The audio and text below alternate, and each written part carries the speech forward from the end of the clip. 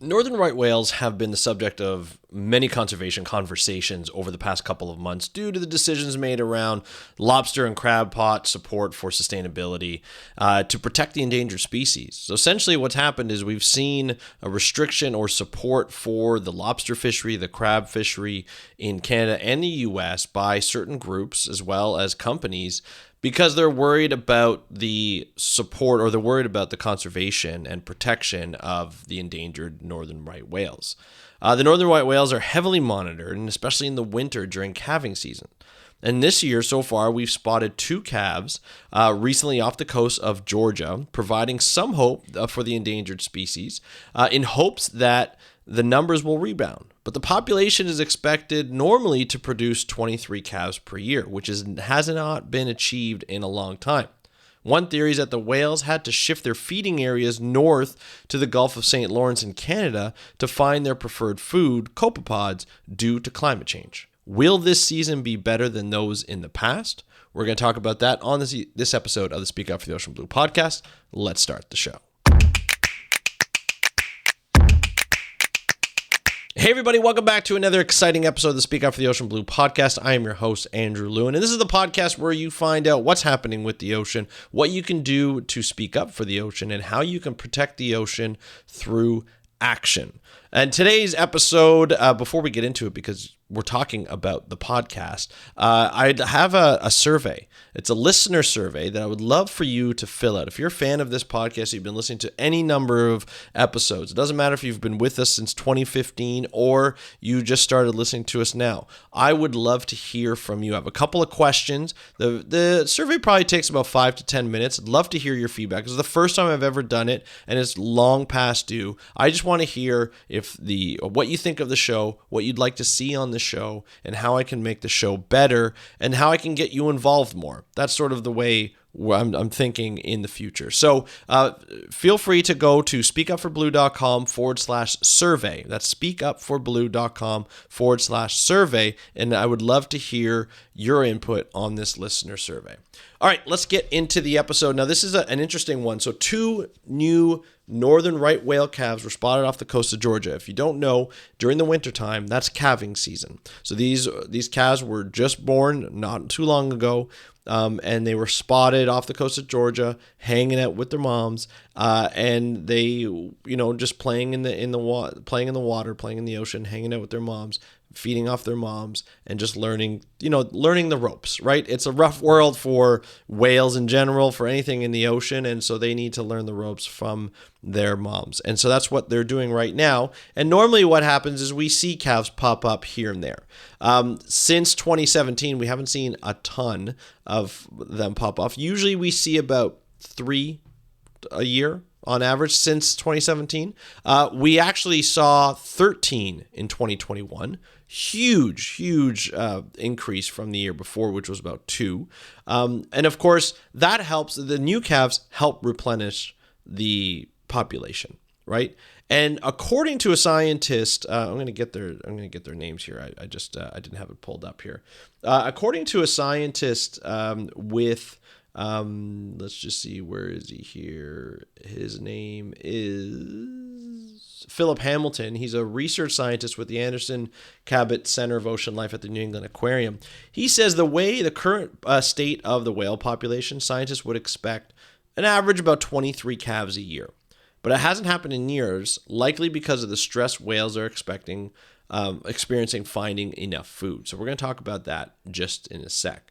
There's another link towards that. So I'll put both of these links and all of these links that I have for the northern right whales that I've seen in the show notes. So check out those show notes, where you can also find the survey link, by the way. But essentially what's happened is we're starting to see this replenishment of calves, which is important. We need to see that replenishment. Unfortunately, we're killing more whales than we're seeing replenished, and that is a big problem. That's why we've seen such a big decrease over the last 10 years or so. There used to be, obviously there used to be thousands of them. Then it went down to a couple of thousand. Then it went down to 1,000. Now we're at about 350 in the population, with less than 100 reproducing animals. And so that isn't enough. It says, Hamilton goes on to say, we really need to stop killing these animals. We've had 32 animals between 2017.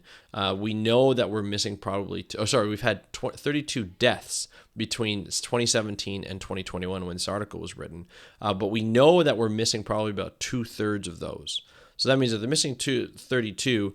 Hamilton estimates that as many as 100 of the whales may have died in the last 4 years. That's a big loss. That's a big loss, especially when you're looking at the actual population is 350, right? So having that loss is not good when you have 100 in about 4 or 5 years, right? At this point, it was 4 years. It's obviously over 100 now. I'm not sure how many deaths happened this summer that we've discovered, but that's a big loss. That's a huge loss. 2017 was a big loss year. I think we had about 20 of those deaths in Canada and the U.S. And so that obviously is a huge problem for an already endangered population. And when you're not getting as many to be produced, in the reproduction phase, and not as many calves being born every year, now we're in even more trouble. And so here's the thing: is we have this. These animals are reproducing. There should be about 23 calves per year, right? That's a big thing. We need those 23 calves. But what's really stopping it? Well, we look at how many whales are dying per year, and we look at those whales. The major reasons for those deaths are entanglement, as well as shipping strikes, right? So being struck by a shipping vessel at the wrong time. Now that they've gone into the Gulf of St. Lawrence to find new food, because that's the other reason they're not producing more calves, is because they're not healthy enough to produce more calves because they don't have enough food. Imagine feeding a whale, which is a huge thing. They need to feed that whale, but that whale's not healthy enough to reproduce. Right? It's not because it's not feeding enough. And so when you're not getting fed enough or you're not finding enough food, your health is not that great, so your body's not ready to produce a calf, which I would imagine would be a lot of just a lot of energy that would be needed for a whale to be able to produce a calf. And so these animals should be producing calves every 3 to 4 years, but they're not doing that. So, the feeding needs to increase. And so to get to new spots, you're seeing a lot of northern right whales actually migrate north into the Gulf of St. Lawrence. Migrating north into the Gulf of St. Lawrence is a big hazard, because in the Gulf of Maine, where it's actually really warm right now, that's why the food, like their food source copepods, have been migrating north or found more north. They're not found in the warm areas. So the whales are following them north, where there's more population. But because the Gulf of St. Lawrence has been regulated for a long time, you've been regulated from shipping strikes. The lobster and crab fisheries have been heavily monitored for fish entanglement purposes. And then so now you're in this new area that is not like, especially in 2017, we really saw that new area get a taste of, northern right whales, where we saw an increase in deaths during that year compared to the years before. The regulation wasn't as strict. We were seeing shipping vessels moving at 20 knots instead of 10 knots, which is what it was reduced to eventually, because it gives more time for the whales to move out of the way. And then, of course, there was no real reason to watch it. Well, no, not say real reason, but there was no legitimate reason, or I shouldn't even say legitimate reason. There was no crucial reason, to, as much as it is to protect an endangered northern right whale, to worry too much about fish entanglement or fisheries entanglement or gear entanglement. So what they did is they're like, okay, so now we've got to put in these regulations. I'm not sure where the update is on certain regulations for fisheries entanglement, but I do know that certain areas have been prohibited for using crab pots because of the rope the line that is put up in the water column to attach to the trap. And so those have been suspended until they found alternative ways of actually putting in these pots and using these pots, likely ropeless pots, but that's still in an experimental phase. But until then, they haven't been able to put all that together. They haven't been able to use fisheries. That's been about a year. It's been down. So here we are where we have a number of problems. We're having, northern right whales are shifting north due to climate change because their food source is shipping north. Then you have shipping strikes in the Gulf of St. Lawrence, as well as fisheries entanglements. We know we only track and catch about a third of the whale deaths per year. So more whales are dying. We just haven't been able to see them.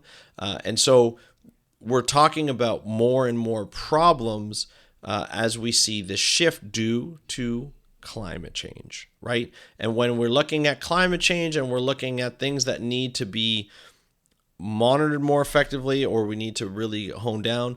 We have a situation where the Gulf of Maine was monitored for shipping strikes. They had special shipping lanes and shipping seasons, and now going north, we don't have that as much. That population is vulnerable already without the management cues and the management strategies. Now it's even worse because we're going into a new area that's not used to northern right whales, and that's shifting everything. It's shifting other ocean users. It's shifting management. It's putting a spotlight on these areas, and of course, no government wants to be able to have that as a problem. So there are a lot of issues to deal with here, and it's not an easy issue. We're dealing with a lot of different sort of balls at the court, let's just say, right? Tennis balls in the court. And so we need to ensure that these things get managed properly. We need to make sure that there's a focus on this. And that's why you've seen so many decisions related to the seafood industry. The seafood industry has said, hey, especially in Maine, has said, we haven't had a whale death due to fish entanglement in the Gulf of Maine in like a long time. But that's that we've known about. And management authorities shift their thinking when things get desperate, as I mentioned in a couple of other episodes. When it used to be where people, industry or any kind of ocean user or even lake user for that matter, used to come to government and be like, hey, we want to do this here. We want to fish in this area, and we'll be safe, we'll be sustainable and all this kind of stuff. And the government's like, well, okay, but what about the whales? What about your worry? Like, aren't you worried about fisheries and gear entanglement with the whales?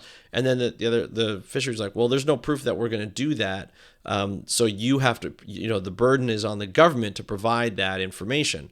Well, nowadays, and the government used to take on that burden, right? And they would actually do studies for that. But now there's not enough money involved. And also the onus is on the industry to prove that they are going to be safer, especially when things get a little hairy, like we're in the situation with 350 northern white whales left. That's a huge decrease from what it was just 10 years ago. Now the government saying the industry, has to show and provide evidence that you're doing everything you can and beyond to help protect these whales. And we don't care they care, I should say, but you have to just show the onus is on you so that you can tell the government that you will be safe, that the industry will be safe. And that's sort of what we're seeing right now because of this. So yes, going back to the beginning of this story, the fact that there are 2 northern whales is great. And it's very hopeful. It provides a lot of hope. It provides a lot of, really hope, inspiration that these whales are on the mend. But don't get it twisted. There's still a long way to go. We should be seeing, hopefully, more than 13 calves this year. We should be seeing upwards of 20 to 23 based on how the population is now. So how do we get into that increase? That is the key. That's where we need to see. We need to get more to reproduce and less dying to really rebuild this population. Until we do that, there's going to be a lot of restrictions on these animals. And this is a long-term thing. This is not something that turns overnight. Hopefully, the fact that we saw 13 last year is going to be a continued trend, but we will have to see what that looks like at the end of this winter or in January is usually when they start reporting the numbers. So or when we start to see more numbers. Last year, we started to see it around the end of January, how many new calves were in the area. So hopefully we'll see that. But I would love to know what you think. Do you think that we're going to see more than 13 whales? or 13 calves, or do you think it's going to be less? I would love to hear your thoughts on that. Hit me up on Instagram at SpeakUpForBlue, or you can hit me up speakupforblue.com actually just speakupforblue.com. Go to the contact us and send me an email. I get those directly, and I like to answer them as soon as possible. So that's it for today's episode. Don't forget to fill out the survey, speakupforblue.com/survey. I would love to hear from you and hear what you think of the episodes and of the show in general. I'm also looking at a name change, so I'd love to hear your thoughts on what that name should be. So that's it for today's episode. Thank you so much for joining us on the Speak Up for the Ocean Blue podcast. I am your host, Andrew Lewin. Have a great day. We'll talk to you next time, and happy conservation.